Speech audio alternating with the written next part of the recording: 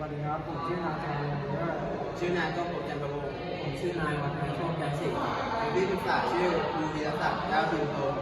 วัตถุประสงค์ของการวิจัย 1. เพื่อออกแบบเครื่องลำเลียงข้าวเปลือกให้เหมาะสมต่อการใช้งาน 2. เพื่อศึกษาเครื่องลำเลียงข้าวเปลือกในด้านการลำเลียงประสิทธิภาพการทำงาน 3. เพื่อเปรียบเทียบประสิทธิภาพการลำเลียงข้าวเปลือกระหว่างการใช้เครื่องลำเลียงกับการใช้แรงงานคน ประโยชน์ที่ได้รับ 1. ได้เครื่องลำเลียงข้าวเปลือกที่สามารถใช้งานได้จริงและมีโครงสร้างเหมาะสมกับการลำเลียงข้าวเปลือก 3. สร้างอิทธิพลของปัจจัยการทำงานเช่นมวลรอบความเอียงมีผลต่อเครื่องลำเลียงข้าวเปลือก 3. สามารถนำผลการศึกษาที่ได้รับไปใช้พัฒนาและทำให้มีประสิทธิภาพมากยิ่งขึ้น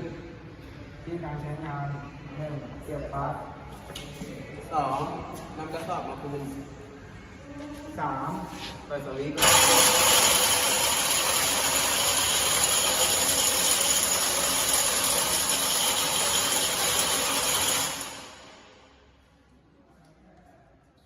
ผมขอจบการนำ